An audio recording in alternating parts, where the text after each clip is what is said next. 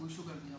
अच्छा, in that case कि अगर आपके पास एप्लीकेशन जो है वो अंडर सब्सक्राइब है, मसलन 10 लाख की आपने पब्लिक से मांगी, आपको 6 लाख की आ रही है, आपको 7 लाख की, 5 लाख की है, जितने भी कम आ रही है, तो फिर आपको क्या करना पड़ेगा, एक अंडर राइटर ढूंढना पड़ेगा। अंडर राइटर कंपनी पहले उसका अरेंज करती है, जितना पब्लिक खरीद ले शेयर्स, जो बच जाने वाले हैं वो अंडर राइटर, क्योंकि अंडर राइटर वो कमीशन, वो इदारा, वो बैंक या वो कोई भी कंपनी या कोई भी शख्स हो सकता है जो इस बात की गारंटी करे कि अगर आपके शेयर कोई नहीं खरीदेगा पब्लिक में से तो सर मैं खरीदूंगा।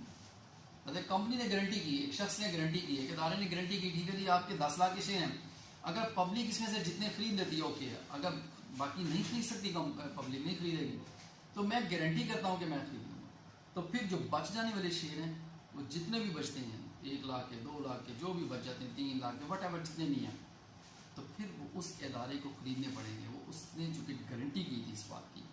तो ये आ जाएगा आपके पास under subscribe, over subscribe, full subscribe, कि अगर आपके पास जो है वो इश्यूएंस शेयर्स के। उसके बाद आ जाएगा आपके पास terms of issuance of shares की बात कर लेते हैं। टर्म ऑफ इशू आ जाएगा at par, at discount, at premium.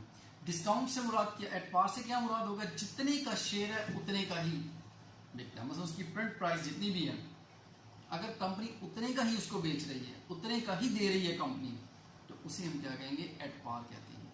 और अगर कंपनी उसको उसकी प्राइस से कम पे दे रही है, मसलन आपका 100 का शेयर है, कंपनी उसको जो है वो 95 का दे रही है, 98 का दे रही है, 90 का दे रही है, 98 का दे रही है, वट एवर जितने भी कम प्राइस पे होंगे, जितनी भी कम है, चाहे 1 रुपया कम है, जितना भी उस प्रिंट प्राइस से कम प्राइस होगी वो डिस्काउंट कहलाएगा।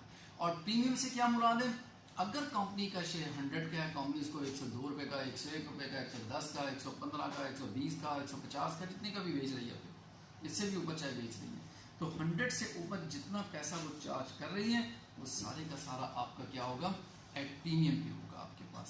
तो ये term of issuance of share आ गया। उसके बाद इशुएंस ऑफ शेयर आ जाएगा, मार्केट वैल्यू ऑफ शेयर्स आ जाएगा। उसके बाद देखते हैं आगे टॉपिक कौन सा शुरू करें।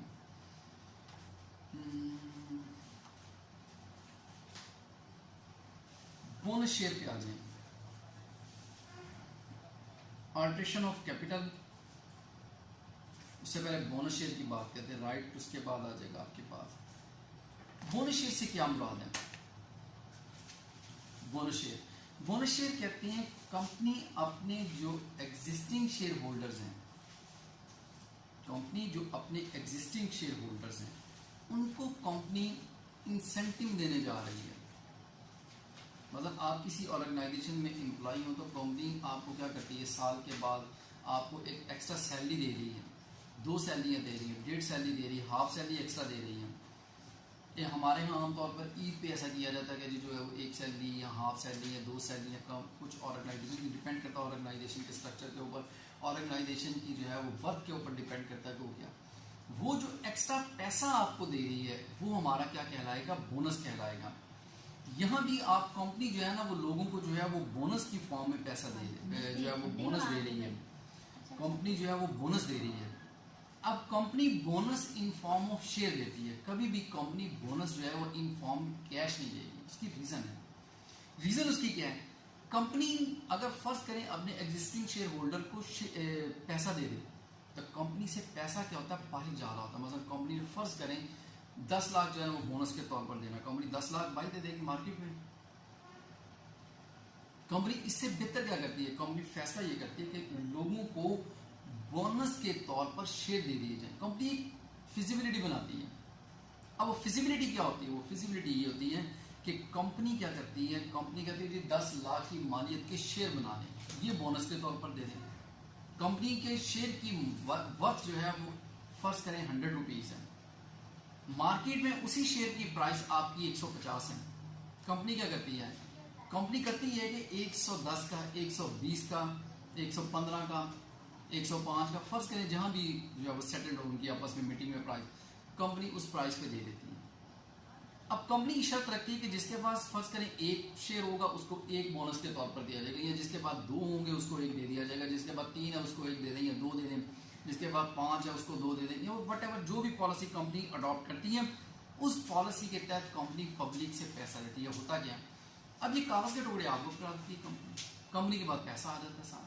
अब कंपनी उस पैसे को इन्वेस्टमेंट पे लगाती, बजाय कंपनी 10 लाख लोगों को दे, कंपनी पब्लिक से पैसे इकट्ठे करती है। बजाय 10 लाख कंपनी लोगों को दे, कंपनी 10 से ज्यादा लोगों से इकट्ठा कर लेती है, इन्वेस्टमेंट आ जाती है कंपनी के अंदर।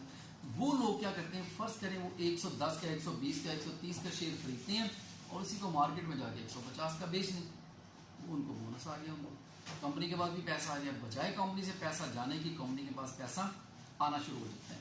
उसके बाद आ जाएगा आपके पास राइट इशू आ जाएगा। राइट इशू से क्या मुराद है, कंपनी अपने एग्जिस्टिंग शेयर होल्डर्स को, कंपनी अपने एग्जिस्टिंग शेयर होल्डर को, जो मार्केट में उनके शेयर होल्डर बैठे हुए हैं, कंपनी उनको जो है वो एक ऑफर करती है। वो ऑफर क्या है, ऑफर ये है कि वो उसके शेयर खरीदें। अब उनके शेयर की वो प्राइस कम कर देती है। वो ऑफर ये करती है कि मैंने इशू करने हैं शेयर, सबसे पहले आप लोगों को टच किया गया कि आया आप लोग इंटरेस्टेड हैं शेयर खरीदने में या नहीं। हमारे शेयर की, एक शेयर की प्राइस फर्ज करें 150 मार्केट में, हम आपको ऑफर करते हैं कि हम इस शेयर को आप लोगों को, अगर एग्जिस्टिंग शेयर होल्डर खरीदेंगे तो उनको 120 का दे देंगे। तो अगर एग्जिस्टिंग शेयर होल्डर जो है वो इस बात पर जो है वो एग्रीड है, तो फिर कंपनी उनको जो है वो शेयर दे देती है। वो बैंक से जो है वो अपना फॉर्म फिल करके जमा करवाएंगे, उसके ज़रिए से मसलन कंपनी निकाली 2 के ज़रिए 1 मिलेगा, तो ओके, वो अपने शेयर की क्वांटिटी को मेंशन करें, नंबरिंग उसके ऊपर होगी, वो बताएं उनको। उसके बाद उनको उतने शेयर जो है 120 का, वही बात कि कंपनी से 120 का खरीद के मार्केट में जाके जो है वो 150 का बेच लें, तो उनको वो फ़ायदा हो जाएगा उसमें। ये था आपका जो है वो राइट इशू आ गया, इसमें बोनस इशू। उसके बाद अल्ट्रेशन ऑफ कैपिटल आ जाएगा। अल्ट्रेशन ऑफ कैपिटल में आपने जो है ना वो रजिस्ट्रार से जो है वो रिव्यू करें, जो भी आप उसमें चेंज करना चाह रहे हैं, जितना भी आपका पास, उसके पास जाएं। इसमें देखते हैं इसका एक टॉपिक कि अगर आप जो है वो इसको चेंज करवाना चाह रहे हैं, मतलब it is also mention in the memorandum that what will be the amount of total capital and division in shares and value of each share उसकी डिसाइड की जाएगी। अगर आप अल्ट्रेशन कराना चाह रहे हैं कैपिटल के अंदर कोई, तो रजिस्ट्रार से आपने जो है ना वो कंसर्न करें, रजिस्ट्रार से उसका जो है ना वो लें, उसका परमिशन लें और अपने उसके अंदर जो है वो आप चेंज कर सकते हैं आप अल्ट्रेशन ऑफ कैपिटल। उसके बाद और टॉपिक जो है ना वो नेक्स्ट इंशाल्लाह लेक्चर में डिस्कस करेंगे। आज का आपका लेक्चर इतना ही। आपने क्या करना है, जो पहला लेक्चर मैंने दिया था उसमें मैं आपको असाइनमेंट दे रहा हूँ, असाइनमेंट आपने जो है ना वो फुलफिल करनी है। उसको जो है वो परसों तक आपने मुझे जमा करवाना है। मजीद रंग भी बुलाना एक तो आपने जो है वो अकाउंटिंग फॉर कंपनी, इसमें आपने लिखना है कंपनी को डिफाइन करना है आपने, ये टॉपिक आपको दे रहा हूँ, कंपनी की डेफिनेशन प्रॉपर फॉर्म में। फिर आ जाएगा टाइप्स ऑफ कंपनीज, कंपनी की टाइप्स क्या है, मैंने 7-8 इसकी 9 टाइप बताई थी, वो सारी टाइप्स आपने लिखनी है।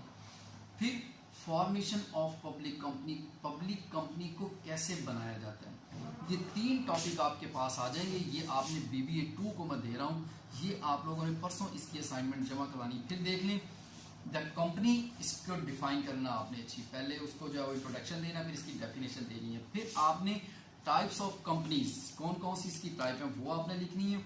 और फिर आ जाएगा लास्ट पे formation of a public limited company, कैसे कंपनी को बनाया जाता है। ये 3 टॉपिक मैं आपको छोटे छोटे दे रहा हूँ, ये परसों आपने इनको जो है ना वो तैयार करके आना है। Okay, thank you very much.